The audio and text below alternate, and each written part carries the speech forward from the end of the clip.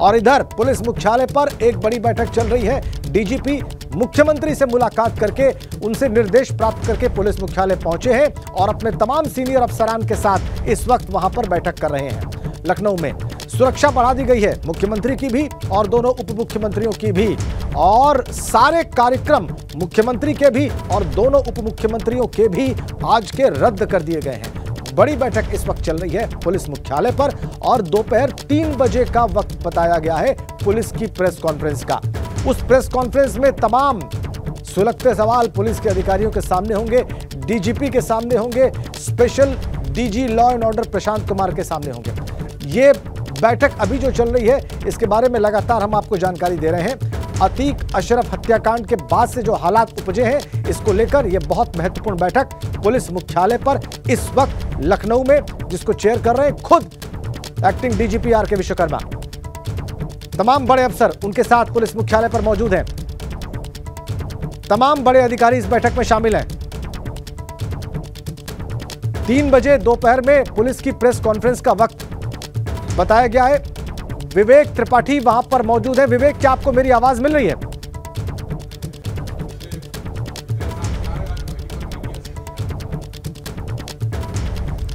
विवेक, आप तक मेरी आवाज पहुंच पा रही है?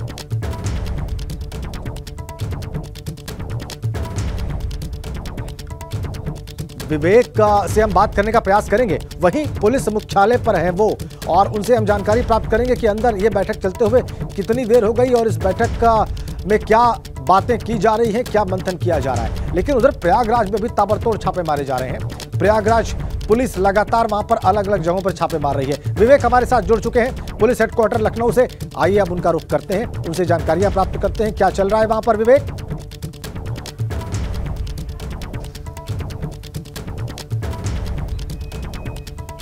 बिल्कुल राजन, देखिए पुलिस मुख्यालय में अभी भी कुछ देर पहले कार्यवाहक डीजीपी आर के विश्वकर्मा पहुंच गए और 8वें फ्लोर पर उनका जो स्पेशल डीजी हैं प्रशांत कुमार, उनका कार्यालय है और उसके ऊपर 9th फ्लोर पर आर के विश्वकर्मा यानी डीजी बैठते हैं। तो वो अपने फ्लोर पर हैं और कई लोगों को जो कि संडे का दिन है तो बहुत यहाँ पर छुट्टी का माहौल है। लेकिन अब इस बड़ी घटना के बाद सारे लोगों को यहाँ पर बुला लिया गया है जो इससे जुड़े थे, खासकर पुलिस अधिकारी और जो इंटेलिजेंस के ऑफिसर्स हैं उनको बुला लिया गया है। वो सब डीजीपी के साथ इस समय जो बड़ा हॉल है वहां पर बैठे हुए हैं, बैठक कर रहे हैं। और साथ ही प्रयागराज पुलिस भी जुड़ी हुई है, वीडियो कॉन्फ्रेंसिंग के जरिए प्रयागराज की जो पुलिस है वो जुड़ी हुई है। और तमाम अन्य, जैसे एसटीएफ की बात करें हम तो एसटीएफ के अधिकारी भी उसी वीडियो कॉन्फ्रेंसिंग में जुड़े हुए हैं। एसटीएफ अमिताभ यश उसमें जुड़े हुए हैं। सभी जो टॉप लेवल के अधिकारी हैं वो सब जुड़े हुए हैं और बैठक अंदर माहौल चुकी है। अभी अभी सीएम के साथ बैठक हुई है। जो इंस्ट्रक्शंस सीएम ने बैठक में दिए हैं उनको यहाँ पर आगे बढ़ाया जा रहा है। उनसे कहा जा रहा है कि इस पूरे मामले की साजिशों की जो परतें हैं वो खोली जाए कि क्या ये कोई 3 लड़कों की एक अपनी अलग जो कहानी बता रहे हैं वो कहानी है या फिर इसके पीछे कोई बड़ा नेटवर्क है, कोई बड़ा जो आका है अतीक और अशरफ को मरवाने का जो जिसने प्लान किया था, क्या कोई बड़ा नेटवर्क काम कर रहा है। जैसे अतीक ने पूछताछ में कबूला था कि ISI से उसके संबंध है, पाकिस्तान में उसने जो जिस तरह से हत्या के लिए और या किसी भी वारदात के लिए वो असलहे मंगवाता था, विदेशी असलहे ड्रोन के जरिए आते थे, पंजाब में गिरते थे और पंजाब से उनको यहाँ पहुँचाया जाता था यूपी। तो क्या कोई ऐसा नेटवर्क है जो इंटरनेशनली काम कर रहा है अतीक अहमद से जुड़ा हुआ, कोई इतना बड़ा नेटवर्क? क्या इसके पीछे कोई ऐसी साजिश है, इतनी बड़ी साजिश, या फिर वो 3 लड़कों की जो कहानी है जो बता रहे हैं कि जो जिस तरह से उन्होंने मर्डर किया और कहा कि बहुत परेशान कर रखा था, इसने बहुत सारे हत्याएं की हैं, जो उनकी कहानी लड़कों की है, ये कहानी है सही या फिर कोई इसके पीछे एक बड़ा मास्टरमाइंड है? क्या चीज़ें हैं? क्योंकि अभी तो बहुत सारी चीज़ें पुलिस के पास नहीं। जो इंटरोगेशन हो रही है प्रयागराज में 3 लड़कों से, उसमें भी बहुत ज़्यादा जानकारियां नहीं मिल रही है क्योंकि वो रटी रटाई बातें बता रहे हैं, रटी रटाई बातें कह रहे हैं कि वो कभी उसको धार्मिक उससे जोड़ देते हैं। जिस तरह से उन्होंने धार्मिक नारे लगाए थे, गोलियां चलाने के बाद सरेंडर किया था धार्मिक नारे लगाते हुए, कभी उसको धर्म से जोड़ कर बता रहे हैं, तो कभी कहते हैं कि इसने बहुत परेशान कर रखा था, इसने बहुत सारी हत्याएं की हैं। क्या विवेक, बिल्कुल ठीक बात है, तमाम आशंकाएं हैं, तमाम संभावनाएं हैं। विवेक ये बताएं विवेक कि इतनी बड़ी बैठक चल रही है, इससे पहले भी जो प्रमुख सचिव गृह हैं वो मुख्यमंत्री से जाकर मिले हैं, डीजीपी जाकर मिले हैं और भी तमाम बड़े अफसर मुख्यमंत्री आवास पर पहुंचे थे। शक की सुई इन तमाम लोगों की किस ओर जा रही है? कौन है इसके पीछे या इन 3 लड़कों का हैंडलर कौन हो सकता है, अभी तक इसके बारे में कोई जानकारी निकलकर सामने आई है। आशंका कहीं पर जाकर टिकी है।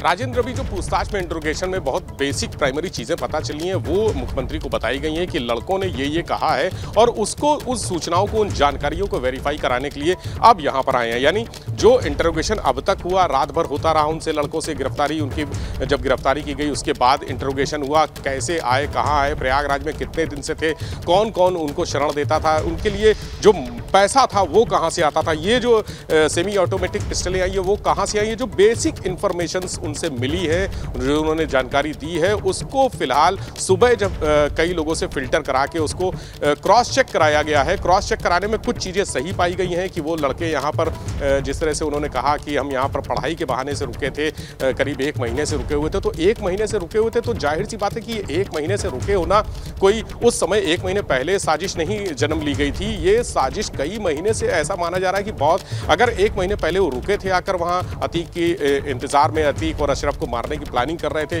1 महीने से, तो हो सकता है कि ये 6 महीने पुरानी प्लानिंग हो किसी की, जो मास्टरमाइंड बताया जा रहा है। और सबसे बड़ी बात यह है कि 3 लड़के जिनके पास ना खाने का ठिकाना था, ना रहने का ठिकाना था, ना कमाई का कोई जरिया था, उनके पास ऐसा बहुत सारे इतनी सारी संपत्ति भी नहीं थी, इतना बैंक बैलेंस भी नहीं था कि वो महीने भर रुककर अपना खाना पीने का खर्चा निकाल सकते। तो उनको फंडिंग कौन कर रहा था, उनके बैंक अकाउंट्स में कहां से रुपया आ रहा था, अगर उनको कोई कैश दे रहा था तो वो कैश कौन दे रहा था। लखनऊ के एक बिल्डर की बात सामने आई थी जब उमेश पाल की हत्या हुई थी कि उसने 80 लाख रुपए दिए थे। हालांकि ये बता रहे हैं कि 80 लाख में से उसने चुनाव के लिए दिए थे, जो शाइस्ता चुनाव लड़ना चाहती थी उसके लिए उसने फंडिंग की थी, लेकिन उमेश पाल की हत्या के लिए भी फंडिंग की गई थी। अब अतीक और अशरफ के लिए फंडिंग किसने की, किसने पैसा दिया, ये कौन पूरा मास्टरमाइंड है, ये 2 चीज़ों में पुलिस की जांच उलझी हुई है। जो एक लड़के अपना बयान दे रहे हैं कि वो उन्होंने जो कहानी बताई है, और दूसरा जो इंटरनेशनल नेटवर्क है, पूरा नेक्सस है, यानी ISI से लेकर पाकिस्तान से लेकर पंजाब से लेकर उत्तर प्रदेश तक, यहाँ तक जो नेटवर्क फैला हुआ है, जिसकी जानकारी अतीक ने दी थी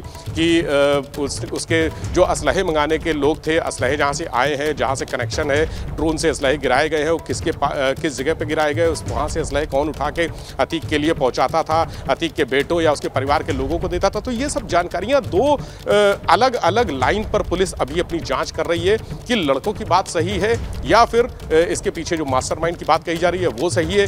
ये सब जानकारियां मुख्यमंत्री को देने के बाद अब यहां पर DGP आए हैं, RK विश्वकर्मा बैठे हैं अपने चैम्बर में और सारे उनके पास अधिकारी भी हैं, सब बैठकर चर्चा कर रहे हैं कि अब कौन सा लाइन ऑफ एक्शन होगा। दोनों के लिए अलग अलग, जो सूत्र बता रहे हैं कि दोनों चीज़ों के लिए अलग अलग अधिकारियों की टीम बनाई गई है। अलग यानी जो लड़के कह रहे हैं उसको वेरीफाई करने के लिए, वहां तक उसकी तह तक पहुंचने के लिए एक टीम लगेगी और दूसरी टीम काम करेगी जो अतीक ने पूछताछ में कबूला था। और बात ये भी आ रही थी विवेक के 5 IPS अफसरों की एक टीम को प्रयागराज रवाना किया जा रहा है। 5 सीनियर IPS अफसरों की एक टीम प्रयागराज भेजी जा रही है चार्टर्ड विमान से। इस बारे में क्या अपडेट है आपके पास विवेक?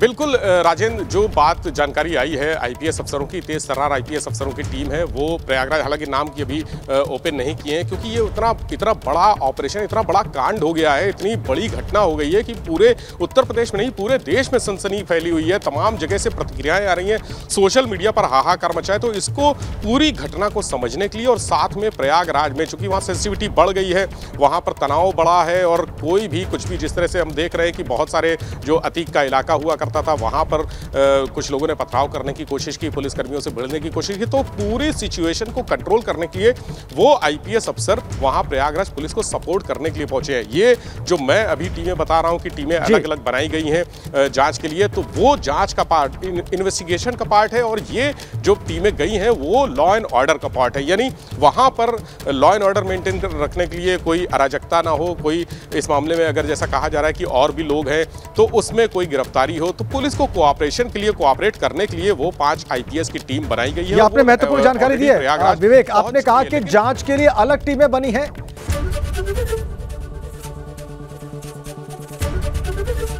ABP गंगा, खबर आपकी, जुबान आपकी।